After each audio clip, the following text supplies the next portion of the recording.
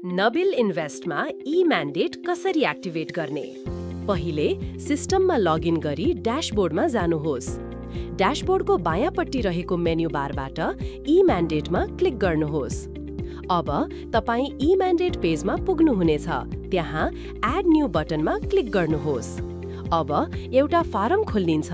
यहाँ पहिले तपाईको कनेक्ट आइपीएस खातासँग सम्बन्धित इमेल प्रविष्ट गर्नुहोस्। त्यसपछि तपाईको कनेक्ट आइपीएस खातासँग जोडिएको मोबाइल नम्बर प्रविष्ट गर्नुहोस्।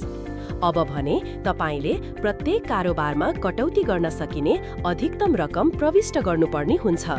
अधिकतम सीमा भनेको एउटा कारोबारमा स्वीकृत उच्चतम रकम हो।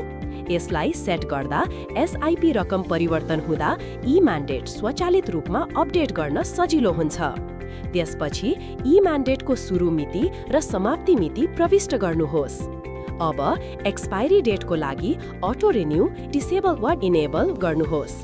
त्यसपछि क्रिएट ई म्यान्डेट बटनमा क्लिक गर्नुहोस् अनि कन्फर्म बटनमा पुनः क्लिक गर्नुहोस्। अब तपाईँ कनेक्ट आइपीएस को लगइन पृष्ठमा पुनः निर्देशित हुनुहुनेछ।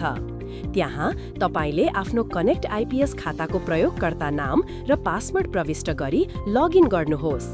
लगइन भइसकेपछि म्यान्डेट डिटेल्स खण्डबाट डेबिट खाता चयन गर्नुहोस् र सबमिट बटनमा क्लिक गर्नुहोस्।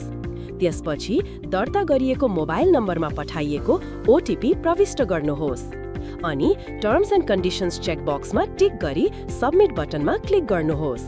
अब कृपया आफ्नो एसआईपी सदस्यताहरूको लागि ई म्यान्डेट इनेबल गर्नुहोस्। त्यसअघि जुन एसआईपी को लागि तपाईँ ई म्यान्डेट इनेबल गर्न चाहनुहुन्छ त्यसका सबै पेन्डिङ एसआईपी भुक्तानीहरू पूरा हुनु अनिवार्य छ।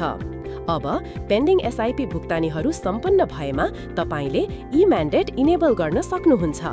त्यसको लागि तपाईले चाहनु भएको एसआईपी सँगै रहेको टगल बटनमा क्लिक गरी कन्फर्म बटनमा पुनः क्लिक गर्नुहोस्।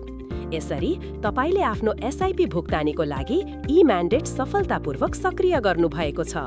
थप जानकारीको लागि नबिल इन्भेस्टमा सम्पर्क गर्नुहोस्।